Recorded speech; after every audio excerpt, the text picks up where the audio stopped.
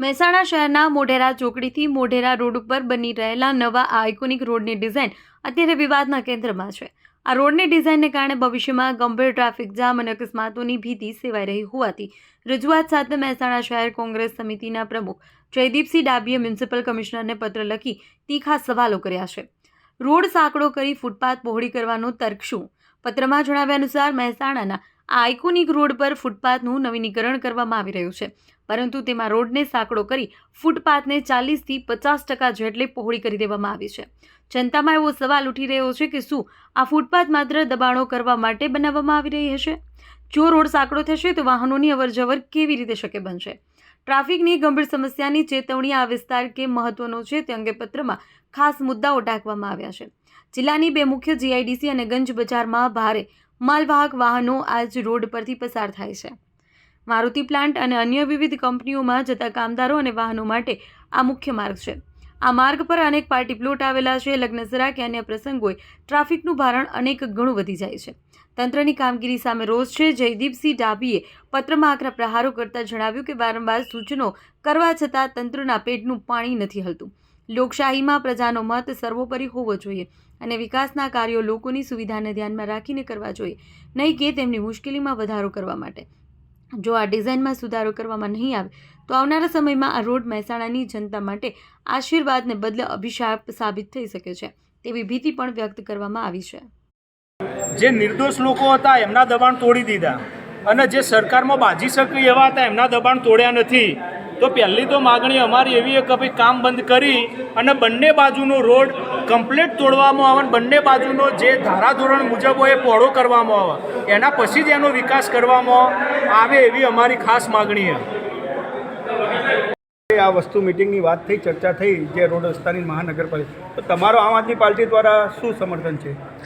મોઢેરા ચોકડી ઉપર જે રીતે દબાણ એક તરફે જ દૂર થાય છે, બીજી બાજુ યથાવત રહે છે અને આ વાલા દવાલાની જે નીતિ અપનાવી છે એના સામે, તેમજ જ્યારે સ્થાનિક રીતે રોડ બની શકે એવી કન્ડિશનમાં જ નથી ત્યારે આઇકોનિક રોડ બનાવવાની જે હવાઈ જે વાતો ખરી છે એનો વિરોધ કરવા માટે અને જે એના લોકો જે ખરા એમના પ્રશ્નોને સમર્થન આપવા માટે આમ આદમી પાર્ટીની પૂરી ટીમ સાથે અહીંયા સમર્થન આપેલ છે. અહીંના સ્થાનિક રહેવાસીઓને જ્યારે પણ જો પણ જરૂર પડશે ત્યારે આખી પૂરી ટીમ અમારી સમર્થનમાં રહેશે. તેમજ અહીંથી લઈને નામદાર હાઈકોર્ટના દરવાજા જો ખખડાવવા પડશે ત્યાં પણ અમે એડવોકેટ તરીકે મફતમાં સેવા આપીને આ વિસ્તારના રહીશોને અમે મદદ કરીશું. પછી એના કમિશનર શ્રી એસી ચેમ્બરના અંદર બેસીને મહેસાણાની ભૌગોલિક પરિસ્થિતિ જાણ્યા વિના, કોઈપણ જાતની તેઓ રોડ ઉપર રસ્તા ઉપર ગયા વિના જાતે જ રીતે કોઈને પણ પૂછ્યા ગાજ્યા વિના સ્થાનિક રહીશો જે ખરા અથવા જે ભૂતકાળમાં ચૂંટાયેલા છે એવા પ્રતિનિધિઓ ખરા એમને પણ પૂછ્યા વિના જાતે જ નિર્ણયો કરી રહે છે. અને એની સાથે સાથે મહાનગરપાલિકાના કમિશનરશ્રી એ એક પ્રકારે વસૂલીભાઈ થઈ ગયા છે. દિન પ્રતિદિન રીતે અહીંના વેપારીઓને, અહીંના રહીશોને કેવી રીતે લૂંટ કરી, કેવી રીતે એમના જોડે પૈસા એઠવા, બસ એક જ માત્ર ઉદ્દેશ એમનો થઈ ગયો છે. સવારથી લઈને સાંજ સુધી મહેસાણાના મહાનગરપાલિકાના રહીશો, અહીંના આવતા જતા લોકો એમને કોઈપણ રીતે હેરાન પરેશાન કરીને એમના જોડેથી પૈસા પડાવવાનું ફક્ત ને ફક્ત કામ મહાનગરપાલિકાના કમિશનરશ્રી કરી એ વસૂલીભાઈ થઈ ગઈ અને એમની ટીમ કરી એમના ગુંડાઓ આ રીતે વસૂલી કરી રહ્યા છે. એટલા માટે એમનો સખત અમે વિરોધ કરીએ છીએ. આઇકોનિક તો 6 લેન હોય તોય બનો, 4 લેન હોય તોય બનો, 2 લેન હોય તોય બનો, પણ એ ડિઝાઇન જેવી રીતના કરી છે એના ઉપર નિર્ભર છે. તો આ જે મોઢેરા ચોકડીથી મોડીને બાયપાસ સુધીનો જે આઇકોનિક રોડ બની રહ્યો છે એમાં ડિઝાઇન જે કરી છે એ સંકળાઈ દીધેલી છે અને નાની કરી દીધેલી છે, તો એ પણ બંધ થવી જોઈએ. બસ બીજું જાજુ કોઈ કહેવું નથી. અને ભરતભાઈ પ્રશ્ન છે એટલે સ્થાનિકોની સાથે અમે આમ આદમી પાર્ટીવાળા એમને ટેકો આપીશું અને જો પણ એમની જરૂરત હશે સ્થાનિકના પ્રશ્ન માટે કે ભાઈ મ્યુનિસિપાલિટી કલેક્ટર ઓફિસ કે પછી સચિવાલય કે ભાઈ કોર્ટ શું, અમે એમના સાથે લડવા માટે તૈયાર છીએ. જેમાં મિટિંગ રાખી હતી એની રૂપરેખા સંપૂર્ણ જણાવશું. જે આઇકોનિક રોડ બનાવી રહ્યા છે એ રોડ ખૂબ હોકળો બની રહ્યો છે. એની જે પરિણામો આવવાના છે એ ખૂબ ગંભીર પરિણામો છે. એ રોડની ડિઝાઇન જે છે એમાં ફેરફાર કરવામાં આવે એવી આખા સમાજ સમગ્ર મોઢેરા રોડની આગેવાનોની નાગરિકોની બધાની લાગણી છે.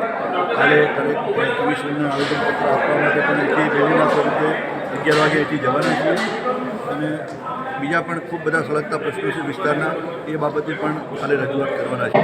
સૌથી મોટો મુદ્દો જે છે એ 48 મીટરનો રોડ છે. આપણો બે બાજુ 24 મીટરનું દબાણ હટાવ્યું છે એટલે 160 ફૂટનો રોડ છે.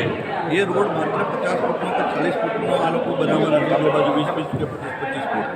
એ 6 લાઇન બનાવવામાં બે બાજુ 3 લાઇનો બનાવવામાં આવે એવી અમારી ખૂબ માગણી છે.